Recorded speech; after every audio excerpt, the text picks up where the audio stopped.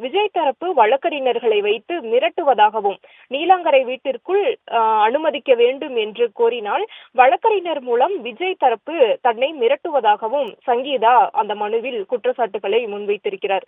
இப்படி பல்வேறு விஷயங்களை எல்லாம் குறிப்பிட்டிருக்கிறார். முக்கியமாக விவாகரத்து கோரி மனு தாக்கல் செய்திருக்கக்கூடிய நிலையில நீலாங்கரை வீட்டுக்குள் அனுமதிக்க மறுப்பதாக அவர் குறிப்பிட்டு இருக்கிறார்.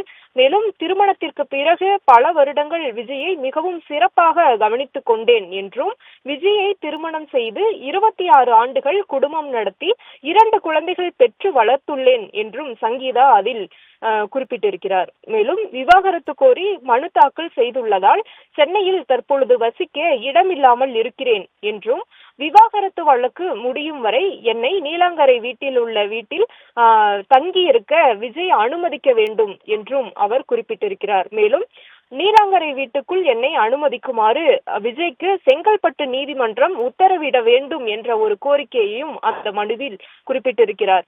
ஏற்கனவே விவாகரத்து தொடர்பான அந்த மனுவில் விஜயிடம் அவர் ஜீவனாம்சம் கோரி இருக்கக்கூடிய நிலையில இதிலும் கூட அவர் அந்த விஷயத்தை குறிப்பிட்டிருக்கிறார்.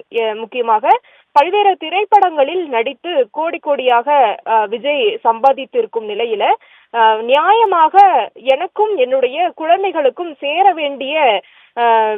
வேண்டிய தொகை சேர வேண்டும் என்ற விஷயத்தை குறிப்பிட்டு சங்கீதா அந்த மனுவில் தெரிவித்திருக்கிறார்.